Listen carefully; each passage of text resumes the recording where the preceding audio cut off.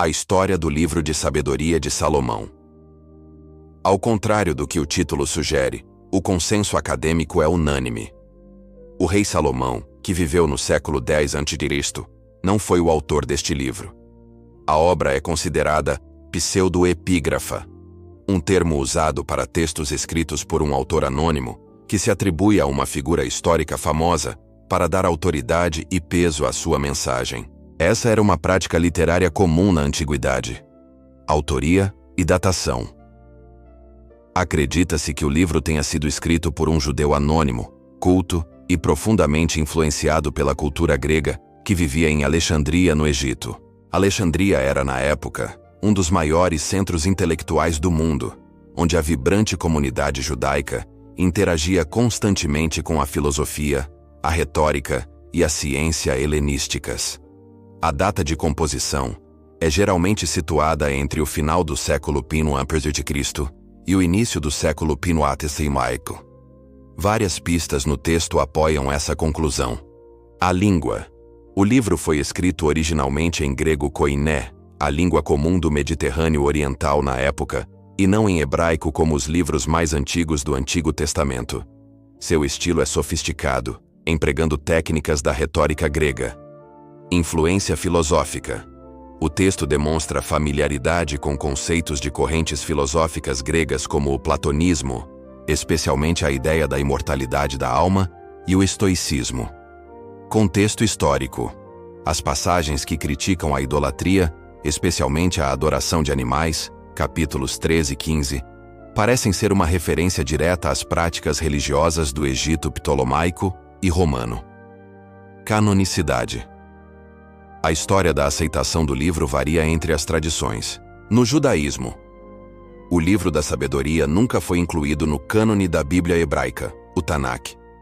No catolicismo e na ortodoxia, é considerado um livro deuterocanônico, ou seja, parte do cânone do Antigo Testamento.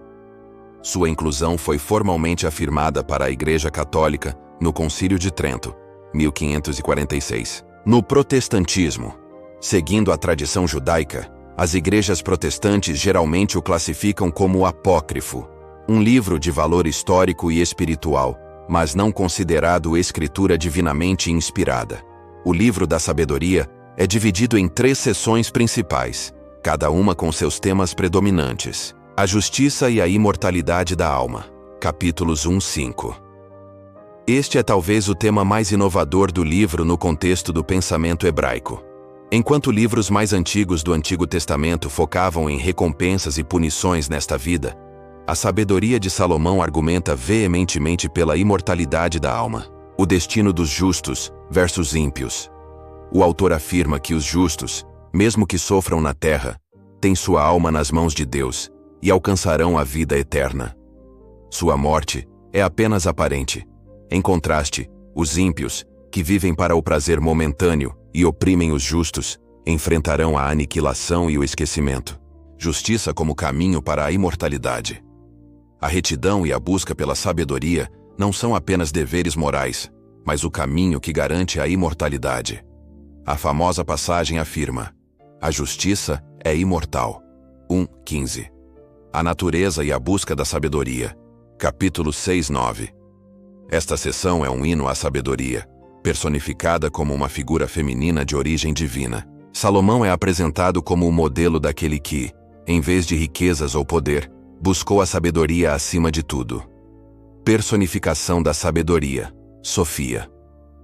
A sabedoria é descrita de forma poética e poderosa. Ela é um sopro do poder de Deus, uma emanação pura da glória do Todo-Poderoso. 7:25. Ela estava presente com Deus na criação do mundo e atua como seu agente. Essa personificação influenciou profundamente o conceito de logos, verbo-palavra, encontrado no Evangelho de João. Sabedoria como guia.